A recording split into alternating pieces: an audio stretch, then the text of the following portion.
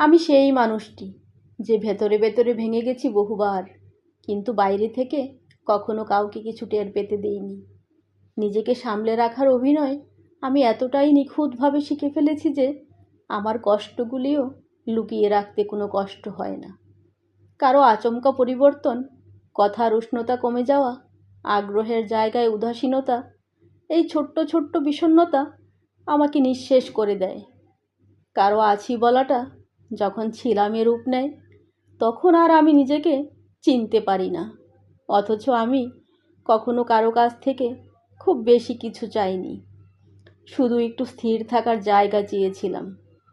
আমার ভেতরে এক ধরনের নীরব ঝড় আছে, যা প্রতিদিন আমাকে ভাসিয়ে নিয়ে যায়। আমি চেষ্টা করি নিজেকে শক্ত করে ধরে রাখতে, কিন্তু প্রতিবারই নিজের ভেতরের ভাঙনটা আর সামলাতে পারি না। আমি চাই কেউ একজন পাশে থাকুক, যে বুঝবে আমার ভেতরের এই অসমাপ্ত যুদ্ধগুলো।